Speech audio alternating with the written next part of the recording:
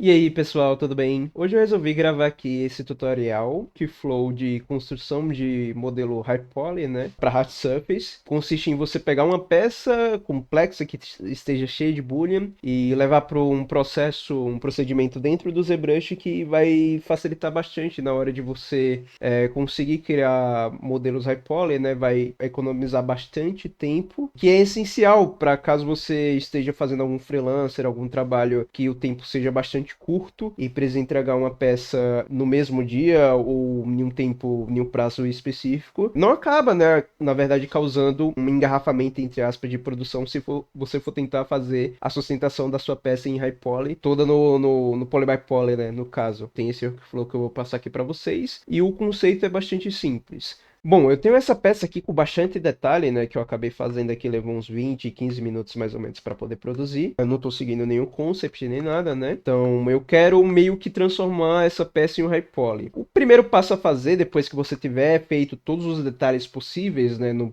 primeiro bloco desse high poly, é aplicar os modificadores de Boolean, né? Então, eu tenho aqui uma peça que já está com os modificadores aplicados. Podem ver que aqui tem mais de 100 enigons nesse modelo, né? Eu já marquei primeiramente aqui falando o Crease, né? Que é a sustentação de edge para subdivision. Ele acaba criando uma marca onde você vai meio que segurar a sustentação ou não na hora de adicionar o modificador subdivision, né? E podem ver que depois que eu marquei aqui, eu adicionei aqui também o modificador subdivision, mas quando eu habilito ele, acaba dando essas aberrações aqui, que são praticamente a malha sobreposta e toda enrolada, né? No caso, por conta do modificador subdivision. Então é importante que, se vocês tiverem uma malha com bastante Enigon, venha praticamente eliminando um por um, né? Eu dei aqui um Ctrl T, mas o problema de você dar simplesmente um triangulete que pode ficar aberrações desse tipo. Então vocês vão vir revisando toda a sua peça, esse processo é bastante rápido, né? Selecionando aqui, por exemplo,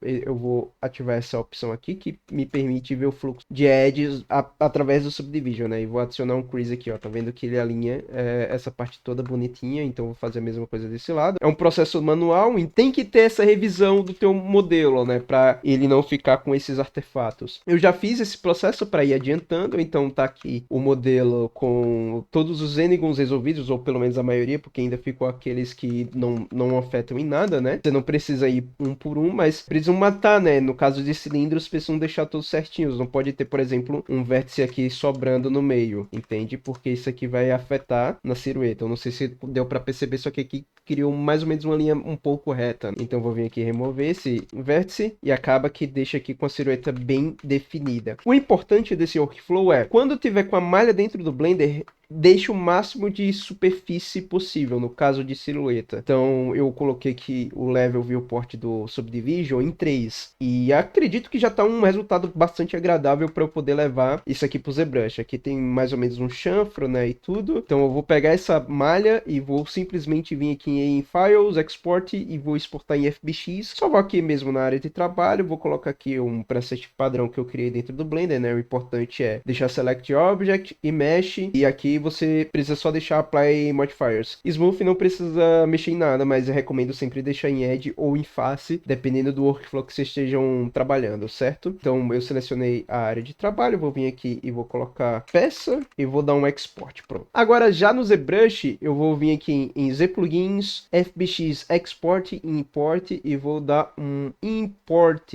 Selecionar aqui o Desktop e vou atrás daquele FBX, da peça FBX que foi a que eu trouxe do Blender, certo? Agora já com a peça no lugar. Aqui no ZBrush, se vocês descem em Shift F, vocês vão abrir o modo Polygon Frame, no caso. Podem ver do jeito que a malha veio toda densa por causa do Subdivision e do Crease dentro do Blender, certo? Vocês vão aqui no painel da Tools, nessas subtools aqui, todas dispostas, e vão selecionar Geometry. No Geometry vai ter uma subcategoria chamada Dynamesh. O que o Dynamesh faz? Você consegue aplicar uma X quantidade de polígonos no seu modelo, preservando o máximo da forma forma dele base possível. Então aqui, por exemplo, tem a opção, botão para você aplicar o Dynamesh. Eu recomendo no Blur desativar essa bolinha e deixar em 0. E a resolução você vai ter que testar aí na sua casa, porque vai depender de peça para peça. Eu vou colocar, por exemplo, aqui mais ou menos uns 1160 de resolução. Vou dar um Dynamesh, mas antes, preste atenção aqui nesse Active Points. Aqui tá dizendo que ele tem atualmente 73 mil pontos. Esse ponto do ZBrush, ele é a metade em polycounts, porque eu não sei se você sabe, ZBrush ele trabalha com malhas em 2.5D, né, com nuvens de pontos, por isso que ele consegue aguentar uma grande taxa de polycount, mas quando a gente converte esse modelo para FPX dentro do Blender ou do Maya, praticamente esse valor duplica. Então aqui tem mais ou menos 150, aproximadamente 150 mil polígonos. Então eu vou dar aqui um Dynamesh. Também recomendo desativar aqui o Proportional, que seria essa bolinha que fica no final da slide bar. Ele levou a quantidade de pontos da minha malha ativa para 4 milhões. Sim, esse mil aqui é milhões. É mais do que o suficiente. Geralmente, quando você vai trabalhar ali com esse tipo de workflow, você pode mais ou menos almejar ali entre 1 milhão e 2 milhões, dependendo do seu computador. Mas como aqui é fim de tutorial, não acredito que não vai ser nenhum problema deixar essa quantidade de exorbitante de pontos, né? No caso, lembrando que se fosse para polígono, seria mais ou menos 10 milhões de polígonos, no caso. Depois que vocês têm a malha densada, o que vocês vão fazer? Vão vir aqui em, deixa eu lembrar, Deformation, e vão procurar essa opção de Polish aqui. Vocês vão ativar aqui o Proportional Edit, e geralmente, dependendo aqui também da escala do seu objeto, dependendo do que vai ser o seu objeto, vocês têm que definir mais ou menos a quantidade de Polish que ele vai aplicar em cima do teu modelo. Então, esses valores são sempre, como é que eu poderia dizer, relativos para cada pessoa. Eu vou colocar aqui mais ou menos uns 36, geralmente funciona para mim, certo? Ele vai aplicar o polish na malha inteira. Acabei de perceber que 36 ele ficou bastante esmufado, né? No caso, nas quinas do hard surface.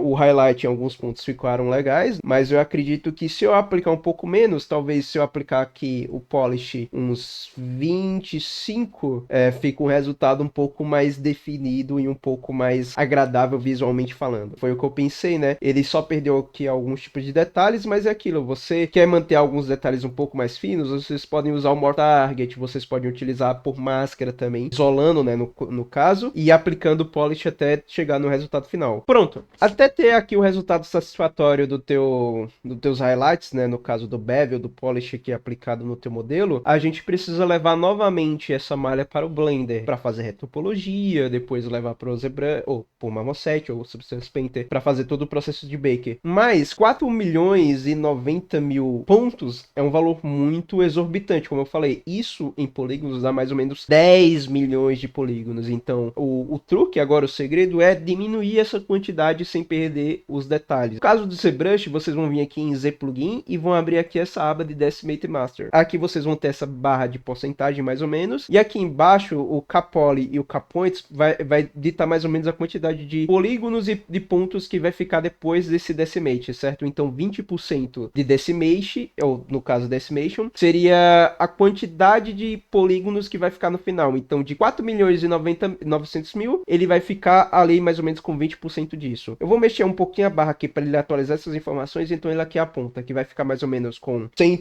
mil de pontos e mais de 1 milhão e 800 mil de polígonos. Então eu vou mais ou menos jogar aqui um pouco mais para baixo, eu acho que acredito que uns 10% ele já vai dar aqui, o máximo aqui 1 milhão de polígonos, certo? Então eu vou deixar em 10, vou chegar mais ou menos nesses valores aproximados. Vou clicar aqui em Pre-Process Cooling, ele vai dar carregando a peça, né? Ele vai começar a processar tudo a questão dos cálculos para poder fazer o Decimate.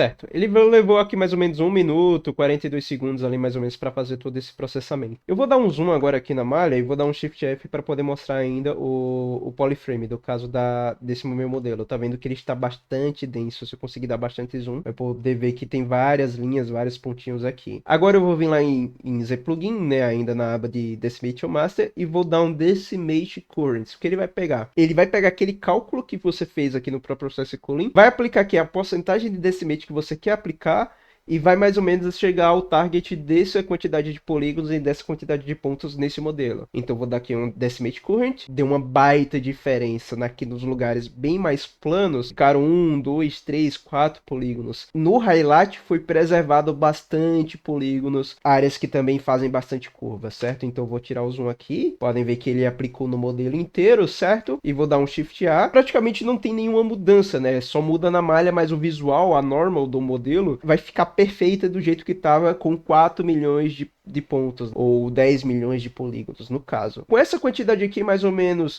400.090 pontos, 490 pontos, né? 1000 pontos, no caso. Eu posso vir agora aqui em ZPlugin novamente, vou lá em FBX Export Import, e vou dar um Export. Eu vou salvar ainda na minha área de trabalho, e eu vou salvar em cima do FBX, da peça lá FBX, que eu exportei antes a partir do Blender, certo?